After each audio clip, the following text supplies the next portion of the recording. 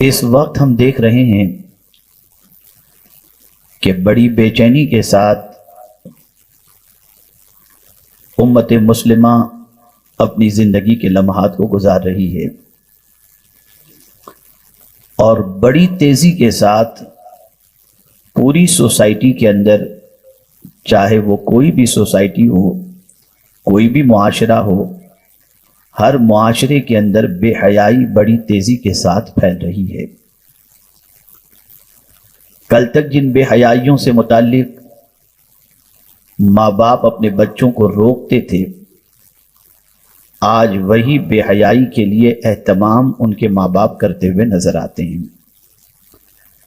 کل تک جو ماں باپ اپنی بچی کو غیروں کی نگاہوں سے بچانا چاہتے تھے، آج ایسا دور آ چکا ہے کہ ماں باپ خود اپنی بچیوں کو دوسروں کے سامنے بطور نمائش پیش کرتے ہوئے دکھائی دیتے ہیں۔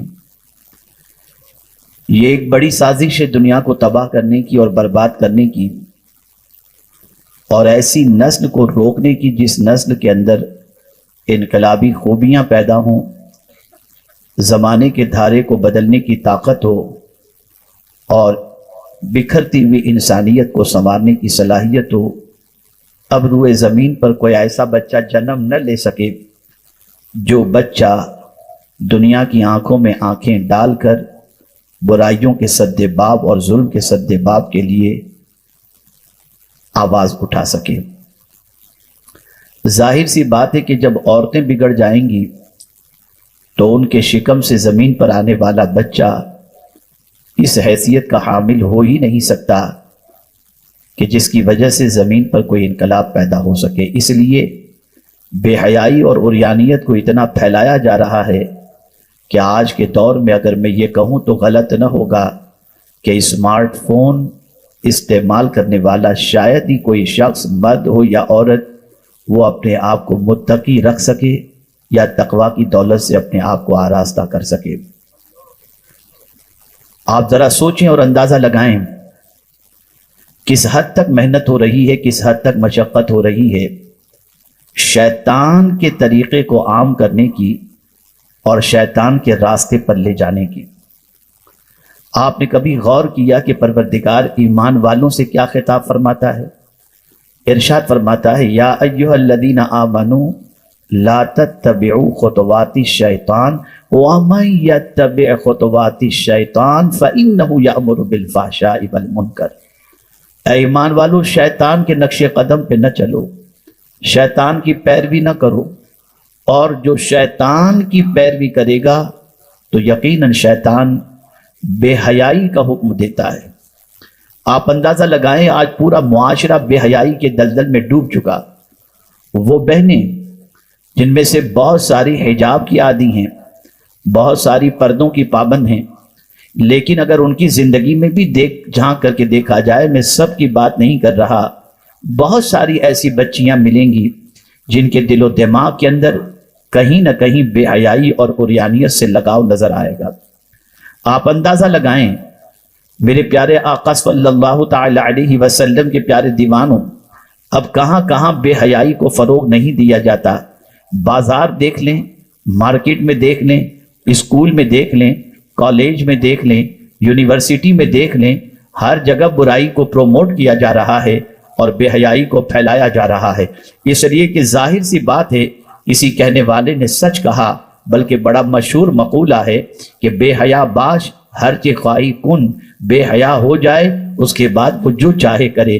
یعنی ایک انسان اگر بے حیا ہو جاتا ہے تو اس کے بعد اس سے کسی بھلائی کی توقع نہیں رکھی جاتی، اور اس سے یہ نہیں امید رکھی جاتی کہ کچھ بھی یہ نہیں کرے گا، غلط کام نہیں کرے گا، خیر کے کام ہی کرے گا۔ نہیں، ایک بار انسان بے حیا ہو جاتا ہے پھر وہ جو چاہے کرے۔ آج ہم دیکھ رہے ہیں معاشرے کے اندر بڑی تیزی کے ساتھ مختلف شکلوں میں بے حیائی کو پروموٹ کیا جاتا ہے، اور خاص طور پر کلچرل پروگرام کے نام پر، خاص طور پر شادی کے مواقع پر اس طریقے کے فنکشن کا انعقاد ہوتا ہے جس میں بے حیائیاں پروموٹ کی جاتی ہیں، بے حیائی کو فروغ ملتا ہے۔ لباس مارکیٹ میں اس طریقے کے آئے جس سے بے حیائی کو فروغ ملے۔ آج اسی طریقے سے آپ دیکھیں کلچرک جتنے پروگرام ہو رہے ہیں اس میں بھی بے حیائی کو فروغ دیا جا رہا ہے. شادی کی تقاریب کے اندر آپ دیکھیں بے حیائی کو فروغ دیا جا رہا ہے. میں ان گھر والوں کو اور ان خواتین کو ہدیہ تبریک پیش کرتا ہوں جو ایسی بے حیائی کے ماحول کے اندر بھی وہ اپنے آپ کو شریعت کی پاسداری اور اپنے آپ کو شریعت کے قانون کے مطابق ڈھالے ہوئے رہتی ہیں. آئیے میں آپ کو سمجھاؤں. بے حیائی میں کشش ہے، بے حیائی میں دوسروں کو لبھانے کی صلاحیت ہے، بے حیائی کے اندر دوسری کی نظر میں جچنے کی طاقت ہے، بے حیائی کی بنیاد پر دوسرے کو اپنا بنانے کی صلاحیت ہے. بے حیائی کے اندر انسان جو ہے دوسرے کو اپنی طرف اٹریکٹ کر سکتا ہے اور اپنی خواہش نفس کو پوری کر سکتا ہے. اس لیے انسان گندی پکچروں کو فارورڈ کرتا ہے، گندے لٹریچر عام کر رہا ہے، برائیوں کو پھیلا رہا ہے، بے حیائی کے مناظر کو پھیلا رہا ہے. قرآن نے سب سے پہلے جس چیز پر ضرب لگائی وہ کیا ہے؟ ایمان والوں سے کہا. ایمان والوں میں کیا چیز نہیں پھیلانی چاہیے؟ فرمایا گیا ان الذین یحبون ان تشیع الفاحشہ فی الذین آمنوا لہم عذاب علیم فی الدنیا والآخرہ. بے شک جو ایمان والوں کے اندر بے حیائی کو فروغ دینے کے اندر، بے حیائی کو پروموٹ کرنے کو پسند کرتا ہے، اللہ عز و جل فرماتا ہے اس کے لیے دنیا اور آخرت کے اندر ذلت والا عذاب ہے. آپ دیکھ لیں یہ عذاب کی شکل آج نظر آ رہی ہے. بے حیائی کی بنیاد پر خطرناک بیماریاں پھیل رہی ہیں. بے حیائی کی بنیاد پر عذاب کی شکل میں اگر آپ دیکھیں سکون غارت ہو رہا ہے. ایک گھر کی عورت اگر شادی شدہ ہو کر کے بے حیا ہو جائے تو گھر کا نظام پورا درہم برہم ہو جاتا ہے، اولاد کا مستقبل تاریک ہو جاتا ہے. اگر ایک گھر کی بچی بے حیائی کی دہلیز پر قدم رکھ دے تو ماں باپ کی رات کی نیندیں اڑ جاتی ہیں. ایک بچی اگر بے حیائی کے دروازے پر دستک دے دے تو ماں باپ کا سر شرمندگی سے جھکتا ہوا نظر آتا ہے اور اس بچی کی زندگی بھی تباہ و برباد ہوتی نظر آتی ہے. میں پوچھنا چاہتا ہوں اے خواتین اسلام، ذرا مجھے یہ تو بتاؤ جس چیز کو اللہ عز و جل نے حرام فرمایا، جس چیز سے بچنے کا رسول اعظم نے حکم دیا، اس چیز کی طرف قدم بڑھانے کی ضرورت کیا ہے؟ اللہ اکبر. تاریخ اٹھا کر کے دیکھو پیغمبر رحمت صلی اللہ علیہ وسلم کی تعلیمات پر خواتین کس طریقے سے عمل کرتی تھیں، اللہ کے رسول صلی اللہ علیہ وسلم کے ارشادات پر کس طریقے سے مر مٹنے کے لیے وہ تیار تھی. بے حیائی تو بہت دور کی بات ہے. اللہ اکبر. ذرا آپ دیکھیں آج لباس کے ذریعے جسم کو چھلکایا جاتا ہے اور دوسروں کو خود کی طرف مائل کرنے کی کوشش کی جاتی ہے. میں آپ سے پوچھنا چاہتا ہوں مرگی کی ایک مریضہ جسے فٹ کی بیماری تھی بارگاہ رسول میں حاضر ہوتی ہیں، عرض کرتی ہیں یا رسول اللہ صلی اللہ تعالی علیہ وسلم میرے لیے دعا کریں اللہ مجھے شفا عطا فرمائے. آقا کریم صلی اللہ علیہ وسلم نے فرمایا اگر تو صبر کرے تو یہ تیرے لیے بہتر ہے.